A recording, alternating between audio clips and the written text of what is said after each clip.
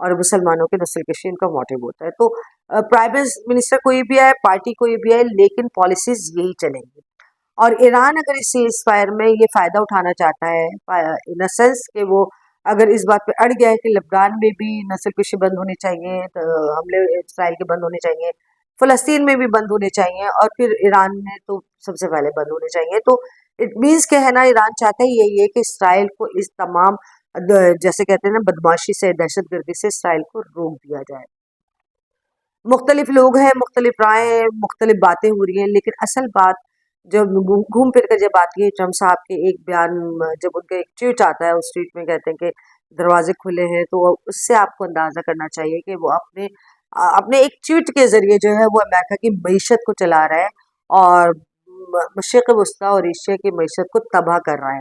کیونکہ جیسے ہی ان کا ایک ٹویٹ آتا ہے تو ان کے جو اسٹاک ہے وہ ایک دم سے بوسٹ کر جاتا ہے، اور یہاں پر جو ہے وہ معاملات خراب ہو جاتے ہیں. پھر ایک ٹویٹ آتا ہے ان کا، تو اس کے بعد جو ہے وہ تمام دنیا کے جو ہے وہ اسٹاک کریش کر جاتے ہیں.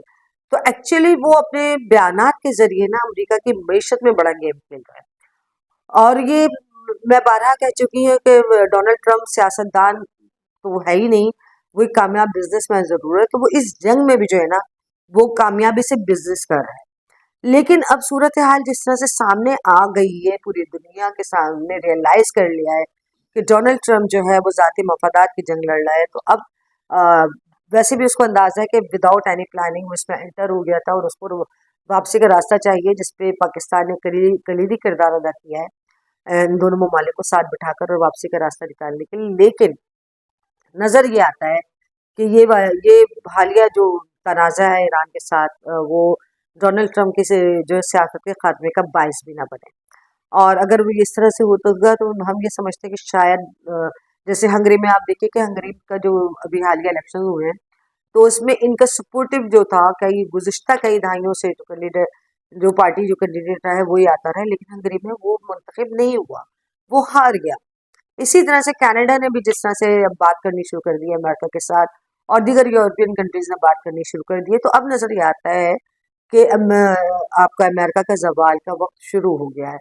اور اسی کے مطلب تناظر میں اگر ہم دیکھتے ہیں تو چائنا بحثیت سپر پاور سامنے ہمیں نظر آتا ہے، اور پاکستان ایک مضبوط ملک کی صورت میں نظر آتا ہے. اب آگے دیکھنا یہ ہے کہ یہ مطلب ایک ہفتہ تو ہونے کے قریب ہے سیز فائر میں، اب ایک ہفتہ اور باقی رہ جاتا ہے. تو آیا اس سیز فائر سے پہلے دونوں ممالک جو ہیں وہ ایک بار بیٹھتے ہیں یا نہیں بیٹھتے؟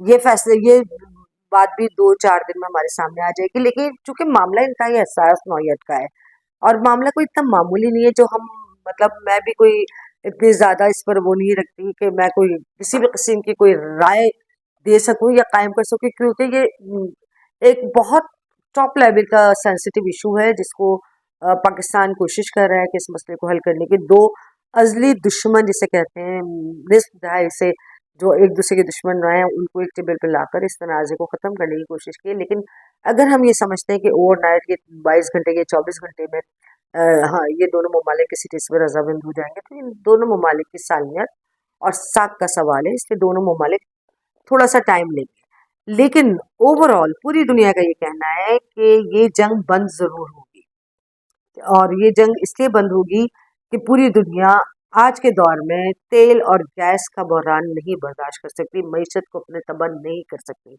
اگر یہ صورتحال رہی اور یہ جنگ کچھ عرصے اور کنٹینیو رہی تو چھوٹے چھوٹے ملکوں میں خانہ جنگی کا سامنا پیدا ہو جائے گا، اور جو دنیا کے لیے الارم جو ہے وہ ہے سنگین، مطلب ایک سنگین نوعیت کا جیسے کہتے ہیں کہ بات ہوگی وہ دنیا کے لیے. اس لیے دنیا نہیں چاہتی کہ اس تباہی کی جانب جائے.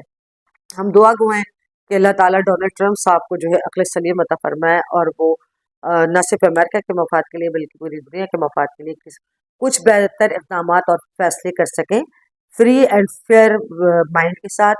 اور ان کی زبان پر یا ان کے باتوں پر تو کوئی بھی اعتبار نہیں کرتا، دنیا کا کوئی ملک اعتبار نہیں کرتا.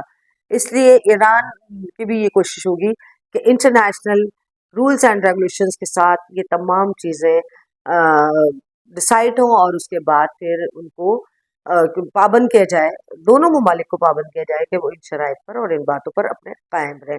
اور ہم یہ امید کرتے ہیں کہ اگر یہ تمام معاملات طے ہو جاتے ہیں اور اس کے بعد جنگ بندی ہو جاتی ہے تو پوری دنیا کا نقشہ ایک دم سے چینج ہو جائے گا.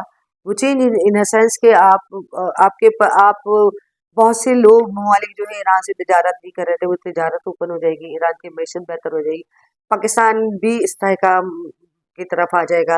ہاں، خلیجی ممالک کا جو مستقبل ہے وہ ایک سوالیہ نشان ہے. اب آیا اس میں دیکھنا یہ کہ یہ خلیجی ممالک سعودی عرب نے تو بالکل اوپن اینڈ کلیئر جو ہے سائڈ اپنی لے لیے، لیکن اب دیکھنا یہ ہے کہ آیا یو اے ای بھی کوئی راست فیصلہ کر پاتا ہے یا نہیں. کیونکہ ابھی حالیہ دنوں میں جو ہے یو اے میں بھارت کے جو ہے وزیر خارجہ وہ گئے ہیں، انہوں نے ملاقات کی اور بڑی انویسٹمنٹس اور ساری چیزوں کی بات کی ہے. تو وہ ہمیں ابھی بھی یہ نظر آتا ہے کہ یو اے نے جو ہے اپنا ٹریک وہی رکھا ہے پرو اسرائیل، پرو ہندوستان اینڈ پرو امریکہ، اور ساری دنیا ایک طرف ہے، اور اگر یو اے خالی خلیجی ممالک میں سے ایک طرف ہوتا ہے تو ہمیں واضح طور پر نظر آتا ہے کہ یہ یو اے کا نقصان ہے، باقی ممالک کا نہیں. اس کے ساتھ ہی ہمیں اجازت دیجیے. اللہ حافظ.